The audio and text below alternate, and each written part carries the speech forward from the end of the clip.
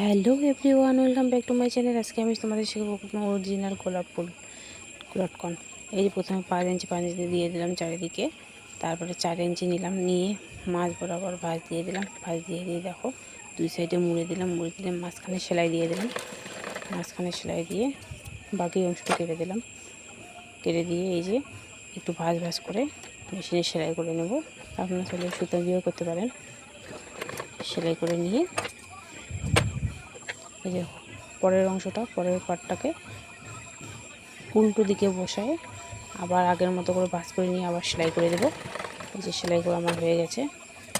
এই যে দেখো বাকি অংশটা কেটে দিলাম, দিয়ে এবার সুই সুতো দিয়ে সেলাই করে নেব। কুচি কুচি করে সেলাই করে দেবো। সেলাই করে নিয়ে চারিদিকে মুড়ে দেবো। মুড়ে দিয়ে এই যে সেলাই করে দিলাম। সেলাই করে দিয়ে দেখো কত সুন্দর হয়েছে। এই যে দেখো একদম অরিজিনাল গোলাপ ফুল হয়েছে। দেখে অবশ্যই কমেন্টে জানাও কেমন হয়েছে। আমার ভিডিওটা যদি ভালো লাগে অবশ্যই লাইক কমেন্ট এবং চ্যানেলটাকে সাবস্ক্রাইব করে দেবেন। নমস্কার।